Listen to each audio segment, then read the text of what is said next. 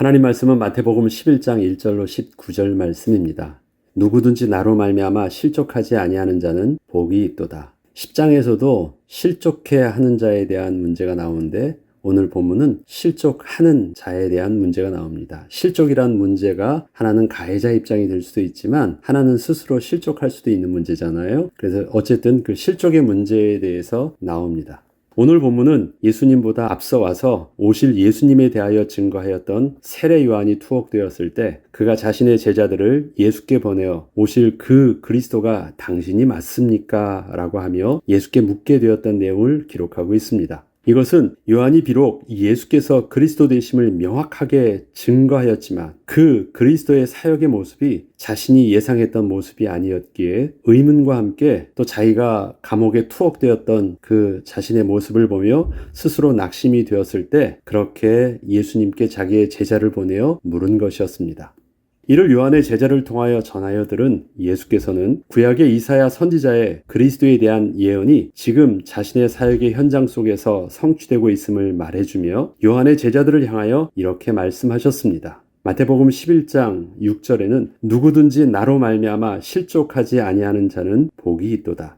실족한다는 것은 구원을 얻지 못하게 되는 심각한 문제였는데 실족해 하는 것에 대해서는 바로 앞장에서 제자들을 향하여 이미 하셨던 말씀이셨고 오늘의 본문에서 세례 요한을 향하여 하시는 말씀은 실족하는 문제였습니다. 이처럼 실족해 되는 경우가 두 가지가 있는데 그리스도를 잘못 전해주거나 온전히 그리스도를 증거한다고 해도 그리스도의 복음을 온전히 믿지 못해서 오히려 실족해 되는 두 가지 경우입니다. 앞서 실족의 문제가 얼마나 심각한 것인지에 대해서는 실족해 하는 문제를 통해서 말씀하셨습니다. 이를 다시 한번 살펴보자면 예수께서는 12 제자들을 각 마을로 보내실 때 여행을 위하여 아무것도 준비하지 말고 그곳에 들어가 합당한 자를 찾아 떠나기까지 거기 머물라 하셨습니다. 이것은 어쩌면 너무 막막한 또 막연한 말씀처럼 들렸지만 예수께서는 이렇게 말씀하시며 제자들을 보내셨습니다. 너희를 영접하는 자는 나를 영접하는 것이요 나를 영접하는 자는 나를 보내신 이를 영접하는 것이라.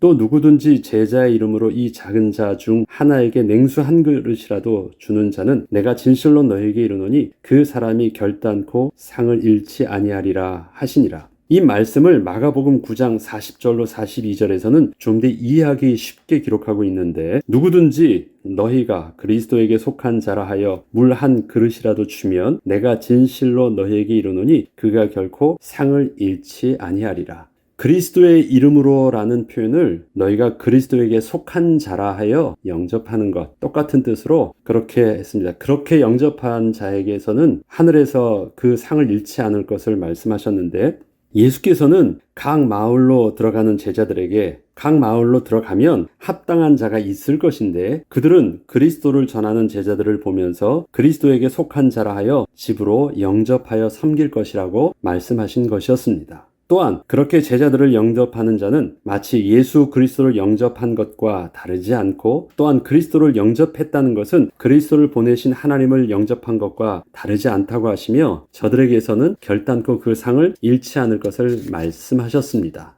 그런데 이때 여기에 더해서 엄중하게 한 가지를 더 말씀하셨는데 이것이 바로 실족의 심각성이었습니다. 그것이 뭐였냐면 누구든지 나를 믿는 이 작은 자들 중 하나라도 실족하게 하면 차라리 연자 맷돌이 그 목에 매어 바다에 던져지는 것이 나으리라. 이것은 마을에서 만난 합당한 자들이 제자들을 향하여 그리스도께 속한 자라 하여 마음문을 열고 영접하여 섬길 때 혹시 저들을 실족해 하는 제자가 있다면 저들은 차라리 연자 맷돌이 자신의 목에 매어 바다에 던져지는 것이 저들이 그리스도를 전한다는 자들을 통하여 실족을 당하는 것보다 낫다고 하신 것입니다.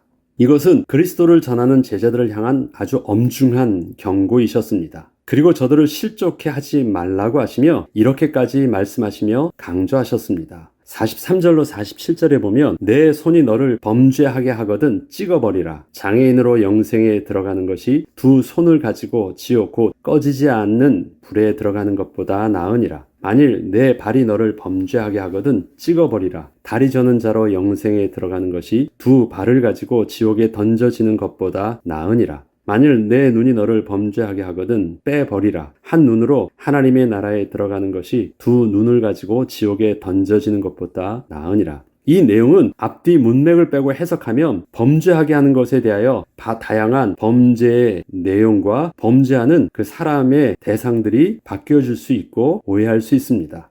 범죄는 바로 그리스도를 전하는 자가 그리스도에게 속한 자라여 자신을 영접하여 섬기는 자들을 향하여 실족해 하는 범죄라고 말할 수 있습니다. 여기는 그 내용을 말하면서 범죄를 쓴 것입니다. 이것을 보편적인 모든 사람들이 짓는 범죄로 말을 하면 안 돼요. 손을 가지고 사람이 도둑질도 할 수 있고 손을 가지고 다른 사람 해할 수도 있잖아요. 그러면 그 일도 여기다 다 이 범죄 안에 넣어가지고 너 그런 짓 하는 것보다 손 잘라버려 이렇게 말하면 안 되는 것입니다. 지금은 그 앞에서 하셨던 그 말씀 문맥 앞에서 강조하려고 하셨기 때문에 이러한 표현을 쓰고 계신 것입니다. 실족해 한다는 것은 저들을 하나님 나라에 들어가지 못하게 하는 것으로 예수 그리스도의 복음을 온전히 증거하지 않아서 하나님을 만나지 못하게 하는 것입니다. 그리고 이 때문에 만일 그리스도의 제자가 그리스도의 이름으로 오히려 실족해 하는 범죄를 짓는 것보다는 차라리 저들에게 나아가서 대접받으려 하는 그 손을 찍어버리고 또 대접받으러 그들에게 가는 그 발을 자르고 대접받는 곳을 찾는 그 눈을 빼버리는 것이 더 낫다고 하시는 표현입니다. 비록 불구가 되어도 실족해 하는 범죄를 피할 수 있었기에 하나님 나라는 잃지 않을 수 있었기 때문입니다.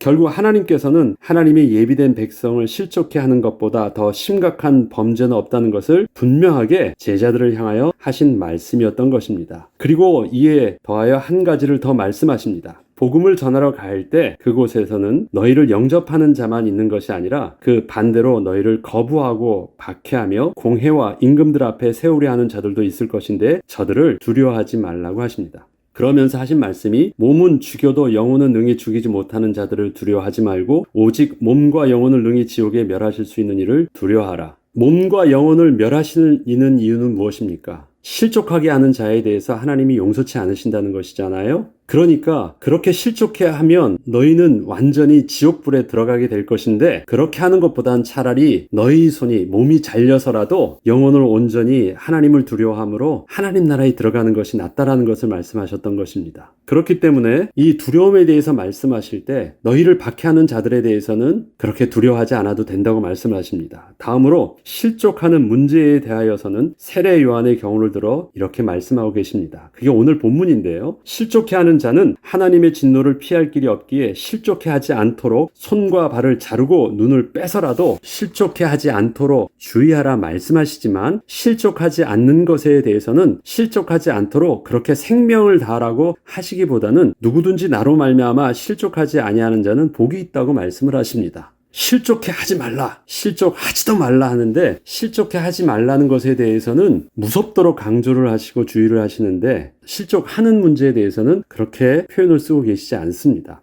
이는 실족해 하는 것은 자신의 의지로 상대를 해를 입히는 것이지만 예수 그리스도로 말미암아 실족하지 않는 것은 하나님의 백성이 온전히 예수를 영접하여 구원 얻은 것은 영접하는 자의 의지가 아니라 예수님이 구원의 주체이기 때문에 하나님의 백성은 예수 그리스도의 복음을 듣게 될 때 실족하는 일은 없을 것을 말씀하신 것입니다. 실족해 하는 것은 가해자가 있습니다. 실족하는 것은 내가 하는 것이 아닙니다. 왜? 나로 말미암아 실족하지 않는다는 것은요, 나에게 지금 나를 예수 믿게 하는 그 구원의 주체는 바로 하나님이시기 때문에 그렇습니다. 성령님이시기 때문에 그렇습니다. 세례 요한은 하나님의 영으로 말미암아 자신이 구약에 예언되었던 그리스도가 바로 예수께서 그 그리스도이셨음을 분명하게 증거하였지만 비록 자신의 예상했던 사역의 모습과 예수 그리스도의 모습이 다르게 보여서 잠시 의문이 들고 자신의 처지에 대하여 낙심하기도 했지만 예수께서는 온전히 그리스도를 붙잡았던 세례 요한에 대하여 아무것도 염려치 말라고 하신 것이었습니다.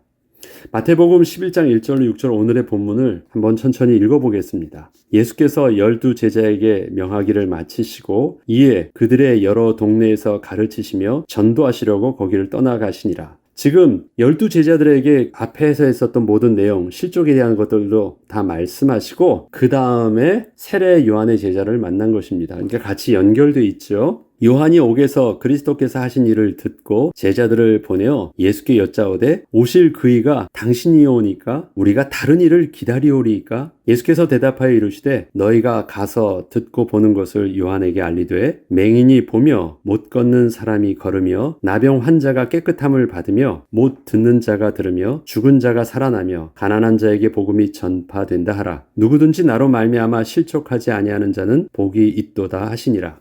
우리의 구원은 사람을 통하여 설득을 받은 것이 아닙니다. 하나님의 은혜로 말미암아 믿음으로 구원함을 얻은 것입니다. 이는 누구든지 그 속에 예수의 영이 없으면 하나님을 아바 아버지라 부를 수 없는 전도를 예수의 영 되신 성령을 통하여 우리가 예수 그리스도를 그렇게 영접하게 된 것입니다. 예수께서는 낙심하여 묻는 세례 요한에게 내가 맞다라고 직접 말씀하지 않으시고 구약 이사야를 통해서 예언된 메시아의 그 예언된 모습을 다시 들려주셨습니다. 이것은 세례 요한이 그 말씀을 통하여 그리스도를 깨달았고 영접했기 때문이었습니다. 그리고 그 예언된 말씀을 붙잡은 것이 틀리지 않았음을 예수께서 다시 한번 그렇게 확인시켜 주신 것이었습니다. 세례 요한이 그리스도를 어떻게 알았습니까? 성령을 통하여 구약이 예언된 말씀을 통하여 알았잖아요. 그리고 그 메시아를 증거했는데 그 예수가 맞습니까? 할 때 세례 요한이 붙잡았던 그 말씀이 옳다라는 것을 확인시켜 주신 것입니다. 우리도 예수님을 직접 대면하지 않았습니다. 2000년 전에 오셨고 부활하셨고 승천하신 그 예수님을 우리도 얼굴을 직접 대면하지 않았습니다. 그렇지만 우리는 성령 하나님의 역사를 통하여 세례 요한이 붙잡았던 구약의 예언된 메시지와 함께 예언대로 오셔서 십자가에서 이미 구원을 다 이루신 예수 그리스도의 이야기를 함께 성경의 말씀을 통해서 붙들고 예수 그리스도를 나의 구주로 영접하여 하나님의 백성이 되었습니다. 하나님의 자녀가 된 것입니다. 이는 전적인 예수의 영 되신 성령 하나님이 하나님의 일방적인 구원의 역사가 우리에게도 임해서 우리가 구원을 얻게 된 것입니다. 우리의 삶은 때로는 세례 요한과 같이 최선을 다하여 주님을 위하여 살다가도 때로는 낙심하기도 합니다. 그렇지만 그때마다 낙심하여 주님께 묻는 우리를 향하여 주님은 내가 맞다라고 직접 우리 귀에 음성으로 들려주지 않으십니다. 그렇지만 성경의 말씀을 통하여 다시 우리에게 확신시켜 주십니다. 이것이 오늘도 우리가 성경의 말씀을 통하여 매일 지속적으로 하나님을 만나야 되는 이유입니다. 모든 성경은 하나님의 감동으로 된 것으로 교훈과 책망과 바르게 함과 의로 교육하기에 유익합니다. 세례 요한도 예언된 하나님의 말씀을 붙잡고 그리스도를 만났습니다. 우리들도 성경의 말씀을 통하여 그리스도를 만났습니다. 그리스도를 고백하게 하신 것은 누구든지 성령이 아니시면 하나님을 아바 아버지라 부를 자가 없습니다. 하나님께서 그 은혜로 인하여 우리에게 믿음으로 말미암아 구원을 얻게 하신 것입니다. 은혜를 선물로 주신 것입니다. 그리고 무엇을 믿게 하셨습니까? 구약에 예언된 말씀이 신약에 증거되었는 그 예수에 관된 그 이야기가 우리 속에 있어서 구원의 말씀으로 그리스도로 믿어지게 하신 것입니다. 우리가 오늘도 또 세례 요한처럼 혹시 질문하게 될 때 그럼 우리는 또 어디서 말씀을 듣습니까? 내게 진짜 보여주세요. 내게 진짜 들려주세요 하기보다도 이미 우리에게 구원을 얻게 하셨던 그 말씀을 통하여 우리는 다시 회복함을 입는 것입니다. 그리고 말씀하십니다. 나로 인하여 예수를 믿는 자에게 있어서는요. 실족하지 않는 자는 복이 있대요. 실족할 일이 없습니다. 내가 실족하지 말아야지 그런 것이 아닙니다. 예수님께서 전도하신 것이기 때문에 우리에게 실족되지 않습니다. 걱정하지 말라고 세례 요한에게 그렇게 말하고 있는 것입니다. 낙심한 세례 요한에게 나로 인하여 네가 예수를 믿은 것이고 그리스도를 증거한 것이야.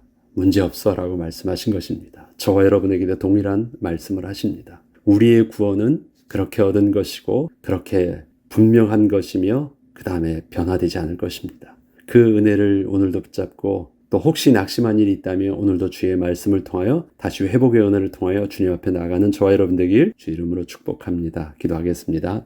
하나님 아버지, 누구든지 나로 말미암아 실족치 아니하는 자는 복이 있다고 말씀하셨습니다. 우리가 예수 그리스도로 말미암아 구원을 얻었기에 그 구원의 은혜를 또 약속하신 성경의 말씀을 붙잡고 오늘도 담대히 의의 보좌 앞에 나아갑니다. 또 담대히 그 예수 이름을 붙잡고 주님 앞에 믿음으로 기도합니다. 그리고 고백합니다. 주님, 오늘도 우리 가운데 성령으로 함께 하셔서 우리의 낙심한 심령에 새 마음 주시고 또 지치는 우리의 육신에 새 힘과 또 창조의 영으로 치유하여 주시옵소서. 그래서 오늘도 주와 동행하며 또 새로운 창조의 역사를 이루는 축복의 날 되게 하여 주옵소서.